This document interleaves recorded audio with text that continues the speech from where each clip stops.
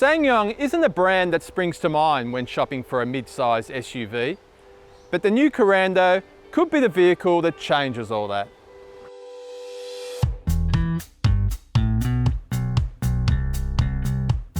Competing with top sellers like the Mazda CX-5 and the Hyundai Tucson, the new front-drive 5-seat Korando is available with diesel or turbo petrol engines and a manual or automatic transmission in 3 grades from just $27,000 drive away. For that, you get a long list of standard features, including driver safety technology you'll pay thousands more for in many of its rivals, including autonomous emergency braking and lane keep assist. We're in the mid-spec Korando ELX with the 1.5 litre turbo petrol engine, 6-speed auto and metallic paint, which is priced at just over $30,000. Storage and comfort levels are up to scratch with good-sized comfy seats up front, wide door pockets for drink bottles and a handy spot for the mobile phone, and a nice leather steering wheel with multi-function controls. The trip computer and 8-inch touchscreen also deliver the goods, including great audio through the 6 speakers, although the infotainment interface is at its best when using the smartphone mirroring. So there's push-button start, but no electric parking brake or climate control in the mid-spec model. So you'll have to fork out another $6,000 for the top-spec Ultimate if you want luxuries like that. There's decent head and leg room in the second row, and enough width for 3 children to ride comfortably, while the rear seats split fold 60-40 to open up the cargo space.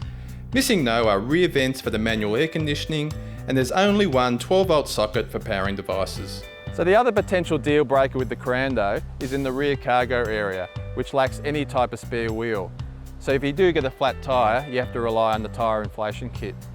But the upside of this is that there's a little bit of extra room for your gear. Also missing is a retractable cargo blind for hiding your valuables, but there's a few tie-down hooks and another 12-volt socket back here.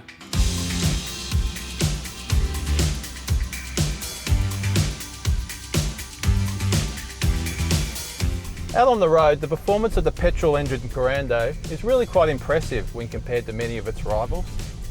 It really zips along nicely, and with plenty of low-down pulling power, you don't need to rev it much to keep up with traffic, resulting in a relaxed driving experience around town and on the highway. The one thing we've noticed when cruising on the highway is the petrol engine revs a bit higher than it should in top gear. It doesn't ruin the overall refinement, but it will bump up your fuel use a bit. The ride is on the firm side, but the Korando handles corners confidently, without much body roll, and the well-calibrated electric steering and brakes add to the confident road manners.